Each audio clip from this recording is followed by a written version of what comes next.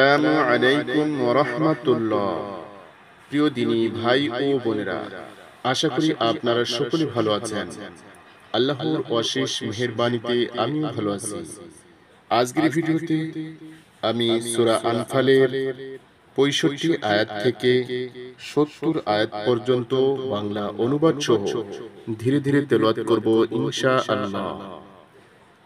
أعوذ بالله من الشيطان الرجيم. بسم الله الرحمن الرحيم. يا أيها النبي حرض المؤمنين على القتال إن يكن منكم 20 صابرون يغلبوا 200 وإن يكن منكم 100 يغلبوا 1000 من الذين كفروا بأنهم قوم لا يفقهون.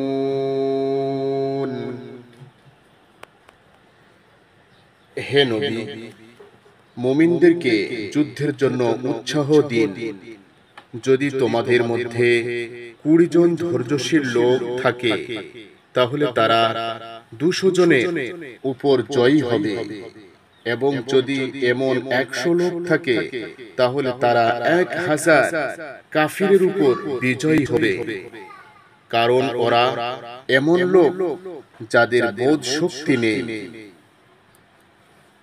আল-আনা খাফফাল্লাহু আনকুম ওয়া আলিমা আন্না ফীকুম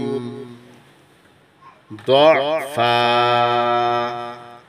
فإن يكن منكم 100 صابرة يغلبوا 200 وإن يكن منكم 1000 يغلبوا 2000 بإذن الله والله مع الصابرين. এখন আল্লাহ তোমাদের বোঝা হালকা করে দিয়েছেন। তিনি জানেন যে এখনো তোমাদের মধ্যে দুর্বলতা রয়েছে। তাই এখন যদি তোমাদের মধ্যে 100 লোক ধৈর্যশীল হয়, তাহলে তারা 200 লোকের উপর জয়ী হবে। আর যদি এরকম 1000 লোক থাকে, তাহলে তারা আল্লাহর হুকুমে 2000 এর উপর বিজয়ী হবে। আল্লাহ ধৈর্যশীলদের সাথেই আছেন। মা কানা লিনাবিয়্যিন أن يكون له أسرى حتى يثخن في الأرض تريدون عرض الدنيا والله يريد الآخرة والله আজিজুন হাকীম।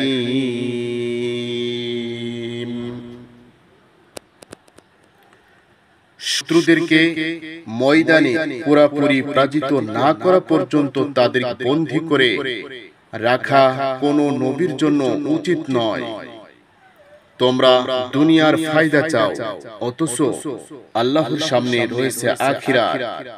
আল্লাহ পরাক্রমশালী, প্রজ্ঞাময়। লাউলা কিতাবুন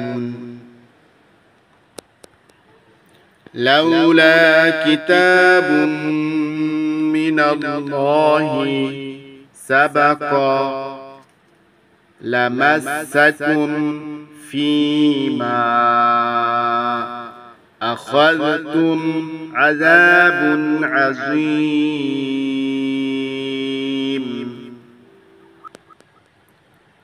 যদি আল্লাহর ফয়সালা আগেই লিখে রাখা না হতো তাহলে তোমরা যা কিছু নিয়েছো এর কারণে তোমাদেরকে কঠিন আযাব দেওয়া হতো। ফাকুলু মিম্মা গনিমতুম হালালান তাইয়্যিবা ওয়াত্তাকুল্লাহ ইন্নাল্লাহা গফুরুর রহিম। সুতরাং তোমরা গনিমতের যে মাল হাসিল করেছ তা খাও, এসব হালাল ও পাক, আর আল্লাহকে ভয় করো, নিশ্চয় আল্লাহ ক্ষমাশীল ও পরম দয়ালু।